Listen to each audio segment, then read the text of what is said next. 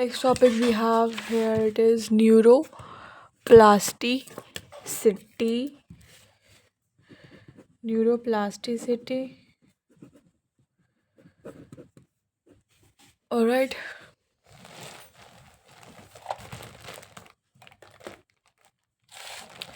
Neural degeneration. Neural degeneration and neural regeneration, reorganization, and recovery. All right. So it was earlier believed that any damage to the CNS consists of brain and spinal cord,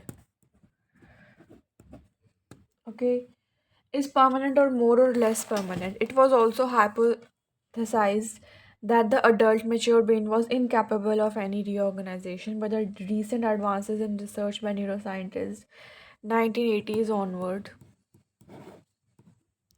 okay, have concluded that the brain has the ability to constantly change. Like brain has the ability to constantly change.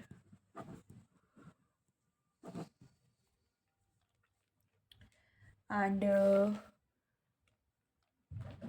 function of the cells in response to any experiences, injury or trauma. The mature brain is constantly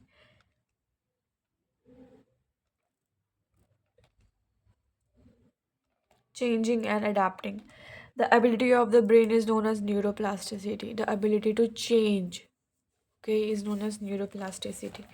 The brain keeps changing in the course of person's life with changes in synaptic activity, genetic and environmental influences. There may be changes in the neuronal activity or more complex changes in cortical mapping in response to an injury or trauma. And throughout the lifespan, neurons continuously die out, and it was assumed that the old cells are lost without being replaced by the new ones. And the recent evidence on neurogenesis.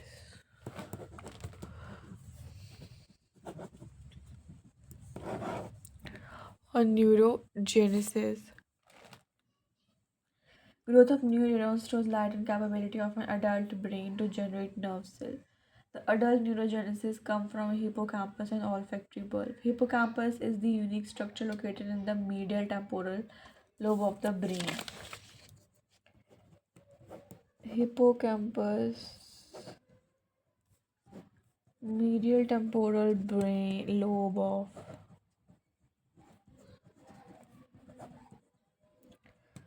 of brain, and is involved in the memory, emotions, and mood. And is involved in the memory, emotions, and mood. Olfactory bulbs are the first cranial nerves.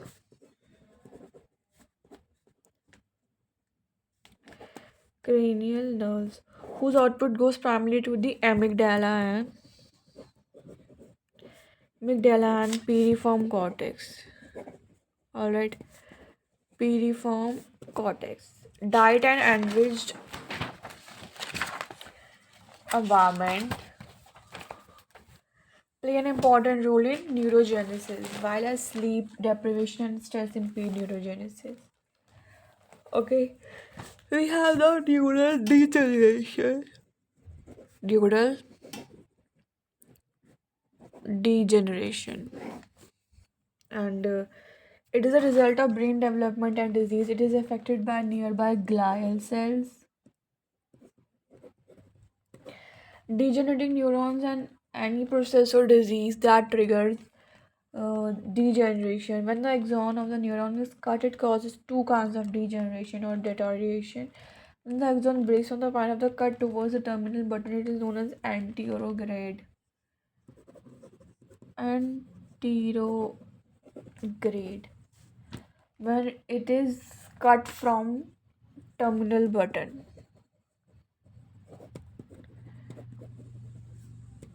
Okay, when the neuron breaks from the center of the axon, alright, including the cell, it is known as retrograde degeneration. Retrograde Degeneration. It is a degeneration of the segment that is proximal cut between the cut on the axon and the cell body.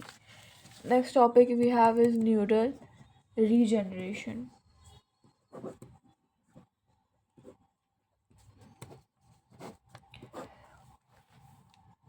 Okay, neural regeneration is a regrowth of the damaged neurons. Once the neurons are destroyed in the CNS in adult mammals, they do not recover.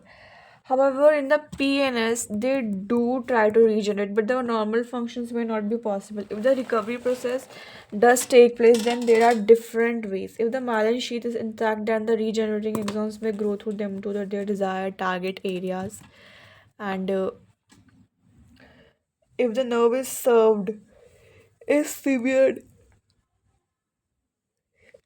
at the ends of the myelin sheath moves apart, then no meaningful regeneration will take place. If the nerve is severed and the myelin sheath ends slightly get separated from one another, then incorrect myelin sheath develop that reaches out to undesired target areas. PNS neurons have the inherent capability to regenerate, okay? While a CNS neurons cannot regenerate.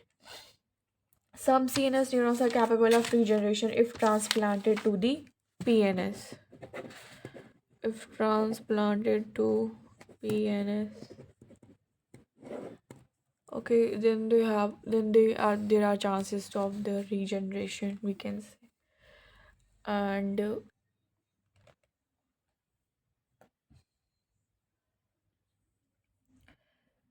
okay, this clearly indicates the environment of PNS that promotes regeneration. When an axon degenerates, new axons branch out from adjacent healthy axons and synapse at the place vacated by the degenerating axon. This is known as collateral sprouting.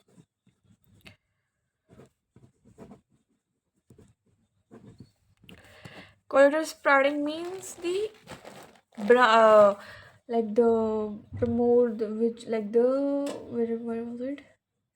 It's like branching of the new neurons from the axon. Okay. Collateral sprouts may grow from axon terminal branches over the nose of the wire on adjacent neurons. Next, we have neural reorganization.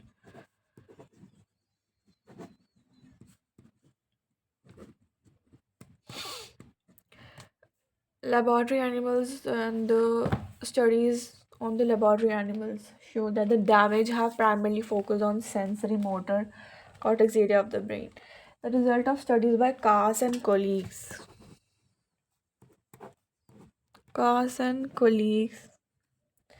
in 1990 and Pons and colleagues